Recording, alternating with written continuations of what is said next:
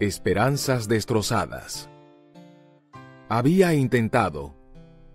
El David que dice estas palabras está viejo. Las manos que balancean la onda la sostienen sin fuerzas. Los pies que danzaban ante el arca ahora se arrastran. Aunque sus ojos son aún penetrantes, su cabello es gris y su piel cae entre su barba. Había intentado. Una gran multitud escucha. Cortesanos, asesores, tesoreros y cuidadores. Se ha reunido a las órdenes de David. El rey está cansado. El momento de su partida está cercano. Escuchan y hablan. Había intentado construir. Extraña manera de comenzar una despedida. David menciona no lo que hizo, sino lo que quiso hacer y no pudo. Yo tenía el propósito de construir un templo para que en él reposara el arca del pacto del Señor nuestro Dios y sirviera como estrado de sus pies. Primera de Crónicas 28:2. Un templo. David quiso construir un templo. Lo que había hecho por Israel, lo quiso hacer para el arca. Protegerla. Lo que hizo con Israel, quiso hacerlo con el templo. Erigirlo. ¿Y quién mejor que él para hacer eso? ¿No había literalmente escrito el libro de la adoración? ¿No rescató el arca del pacto? El templo hubiera sido como su última obra, su documento firmado. David había esperado dedicar sus años finales a construirle un santuario a Dios. Al menos, esa fue su intención. Yo tenía el propósito de construir un templo para que en él reposara el arca del pacto del Señor nuestro Dios y sirviera como estrado de sus pies. Primera de Crónicas 28:2. Preparativos. Arquitectos elegidos. Constructores seleccionados. Anteproyectos y planos. Dibujos y cálculos. Bosquejos de las columnas del templo. Pasos diseñados. Yo lo había intentado. Hice preparativos. Intenciones. Preparativos. Pero no hay templo. ¿Por qué? ¿Se desanimó David? No. Se mantuvo dispuesto. ¿La gente se resistía? Apenas se mostraban generosos. ¿Eran escasos los recursos? Nada más lejos de eso. David suministró más. Además, David juntó mucho hierro para los clavos y las bisagras de las puertas, y bronce en abundancia. También amontonó mucha madera de cedro, pues los habitantes de Sidón y de Tiro le habían traído madera de cedro en abundancia. Primera de Crónicas 22:3 y 4. Entonces, ¿qué ocurrió? Una conjunción. Las conjunciones operan como semáforos en las oraciones. Algunas, como la y, son verdes. Otras, como sin embargo, son amarillas. Unas pocas son rojas. Una masa roja que lo detiene. David tuvo una luz roja. Así había hecho arreglos para edificarla. Pero Dios me dijo: no edificarás casa a mi nombre, porque eres hombre de guerra y has derramado mucha sangre. Tu hijo Salomón es quien edificará mi casa y mis atrios. Primera de Crónicas 28:2, 3 y 6. El temperamento sanguinario de David le cuesta el privilegio de construir el templo. Todo lo que pudo hacer fue decir: yo lo había intentado, había hecho preparativos, pero Dios...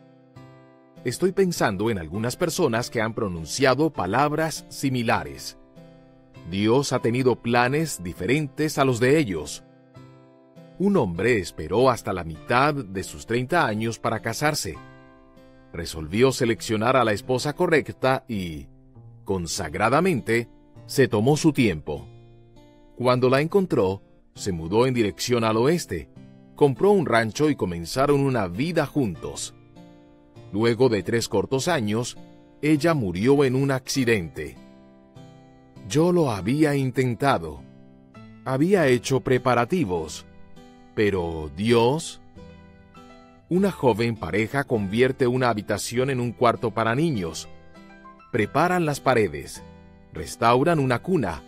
Pero entonces, la esposa aborta espontáneamente.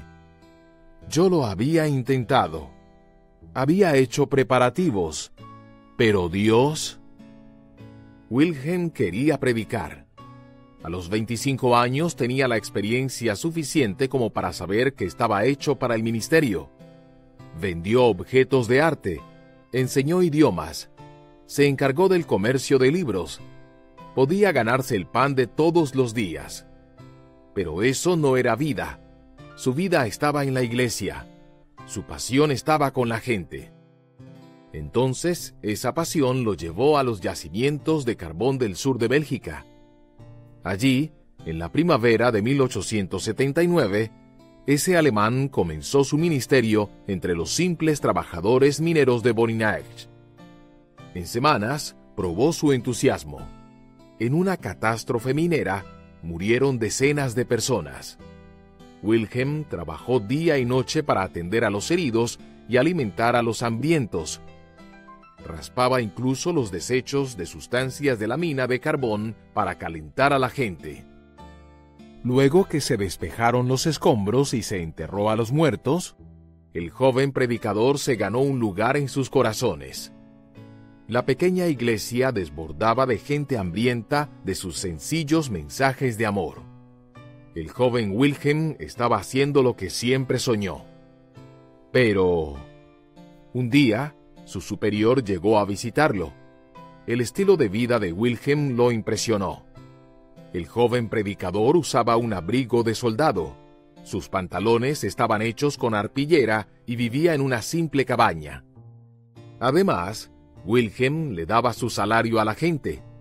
Su superior estaba realmente impresionado. Usted luce más lastimosamente que las personas que vienen aquí a que les enseñe, dijo.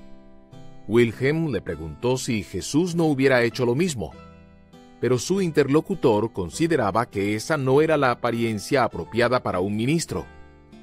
Entonces despidió a Wilhelm del ministerio. El joven estaba devastado. Solo quería construir una iglesia. Solo quería hacer algo bueno. Solo quería honrar a Dios. ¿Por qué no le permitió Dios hacer ese trabajo? Yo lo había intentado. Había hecho preparativos. Pero Dios... ¿Qué hace usted con los momentos, pero Dios, de su vida? Cuando Dios interrumpe sus planes buenos, ¿cómo responde? El hombre que perdió a su mujer no ha respondido bien. Al momento de este escrito se encontraba sobreviviendo al odio y a la amargura. La joven pareja lo estaba sobrellevando mejor. Están activos en la iglesia y orando por un hijo. ¿Y Wilhelm? Bueno, es una historia. Pero antes de compartirla, ¿y David? Cuando Dios cambió sus planes, ¿cómo los reemplazó?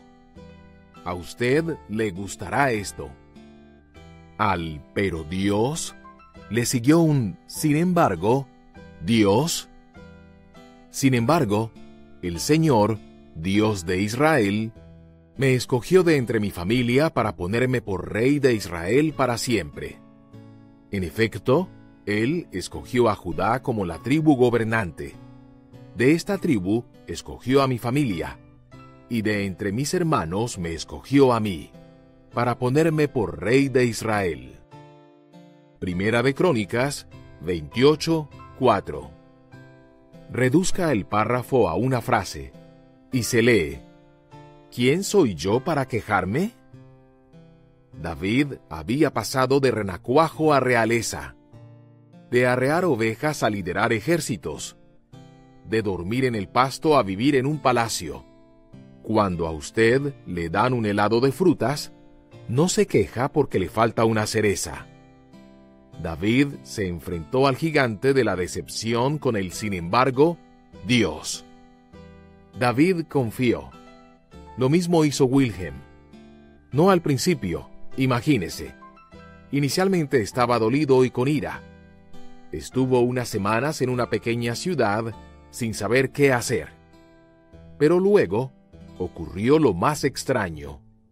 Un atardecer, notó a un viejo minero torcido bajo el enorme peso del carbón que acarreaba. Impresionado por la pena, Wilhelm tomó de su bolsillo un trozo de papel y comenzó a bosquejar la cansada figura. Su primer intento fue tosco, pero después probó de nuevo. No lo sabía. La ciudad no lo sabía. El mundo no lo sabía.